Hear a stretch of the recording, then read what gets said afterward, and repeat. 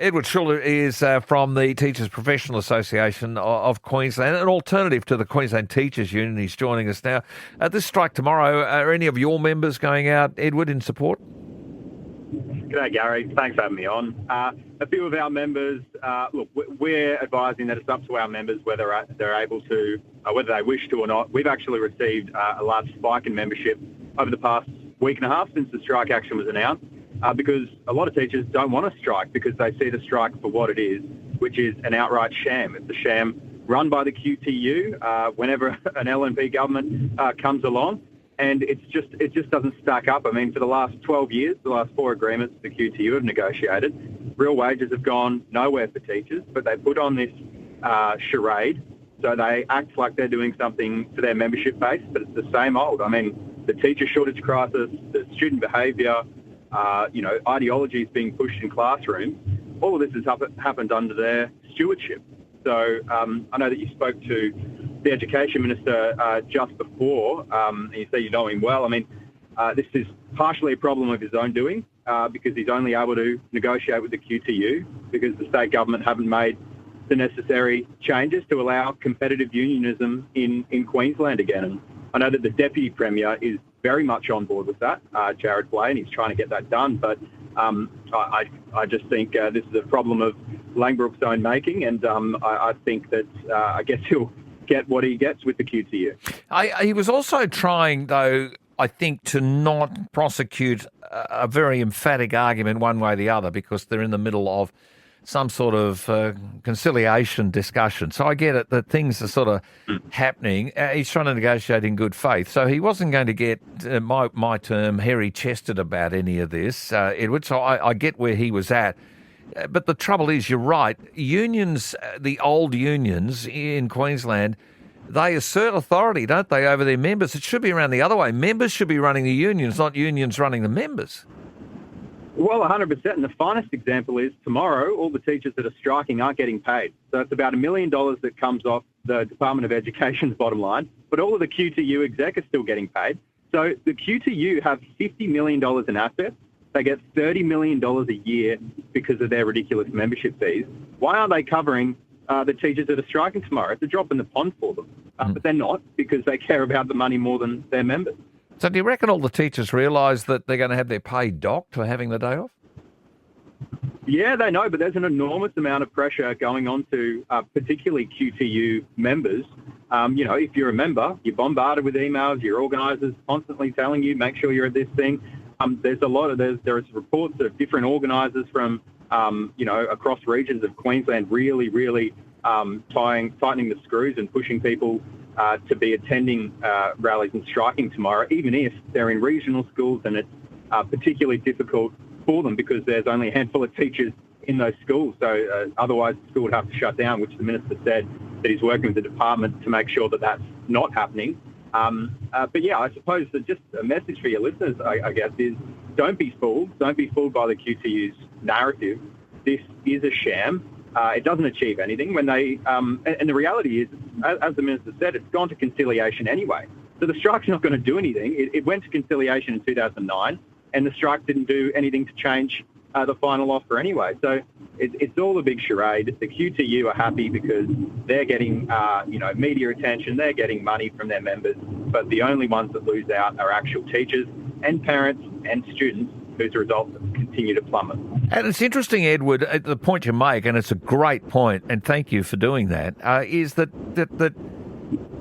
the union, the QTU, are the ones telling parents to keep their kids at home, but you've got the Education Minister saying, no, send your kids to school, we'll look after them. When this happened in 2009, only 3% of the kids stayed at home. I think they've been sending a message out there to, frankly, create the mayhem that is now in the minds of a lot of people. There's a strike on tomorrow, the kids have got to stay home. No, send them to school if you have to. Yeah, I agree. I mean, it seems like a bit of a PR campaign for them. Again, you just ask, what did the strike achieve last time? What are you actually striking about this time? Because, again, the last 4 agreements the QTU have negotiated, pay rises have just kept up with inflation, only just. So real wages have gone nowhere for teachers. So I guess the QTU, they're mad, they're angry, they're upset. They should be angry and upset at themselves for the last 13 years of letting teachers down. I reckon that it's pretty simple, isn't it? The QTU should actually pay the wages the teachers are losing tomorrow because they got the money. Yeah, absolutely. I mean, the coffers are full at the QTU, and while everyone else is doing it tough, I mean, like I said, real wages haven't really moved in over a decade, but that doesn't even take into account all of the cost of living that's gone up. So your grocery bills, energy bills, mortgages, rental payments, all of that has gone up as well. So the only ones that are better off 13 years into the future than they were 13 years ago are the QTU. Yeah. They're the only ones that are better off. And again, I think it's the least that they could do. If they genuinely mean what they say, they should put their money where their mouth is and pay to their members that are striking tomorrow because they've got the money. They've got the money, and it'll be telling what they do. Interesting part, Edward, and I'll finish on this note, is the QTU are now putting out a statement saying they're grateful for community support as 50,000 teachers and school leaders take a stand. They want to thank the entire state for the overwhelming support in its fight to protect the quality of schools. 50,000 members striking without pay after the Crisafulli government failed to recognise the urgency of the serious issues. That's bollocks. I mean, let's face it. It is bollocks because it's into arbitration, it's already into conciliations, into discussions. This whole thing is, you're quite right, a complete facade. Let's call it for what it is. Total bulltish. Yeah, it doesn't stack up, Gary. It doesn't stack up. And again, I mean, our proposals, as we set out in the Courier Mail earlier this morning that your readers might have been interested to read, we're advocating for a genuine pay rise, a 31% pay rise, which seems unrealistic. It seems outlandish, but the majority of that is made possible by restructuring the education system to no extra expense to the taxpayer. We know that, the governments don't have so much money to be throwing around, so we're saying we need to restructure Queensland Health, Queensland Education. We need to go local, and we desperately need to change the way that our education system works, and that won't happen so long as it's only the QTU that the government are dealing with, because they benefit from this system. So I guess if the minister's watching, or the deputy premiers are listening, rather, it's time for competitive unionism, and this is your greatest example. Yeah, I think you're putting a good case. You're right. We should be paying the teachers first, not all the bureaucrats who control the teachers first. That's the problem. Okay, good point you make, Edward. I guess your membership will continue to swell, and keep us posted. Edward Schuller is from the Teachers Professional Association. They don't get a seat at the table, but they are representing more and more teachers as each day goes by. Jacques says the whole thing doesn't smell right. It's like the teachers' union is Labor-aligned, much like the CFMEU. They are. Try the Railways Union. I mean, the teachers' union runs New South Wales. The teachers' union and the Railway Union runs Queensland, along with the CFMEU.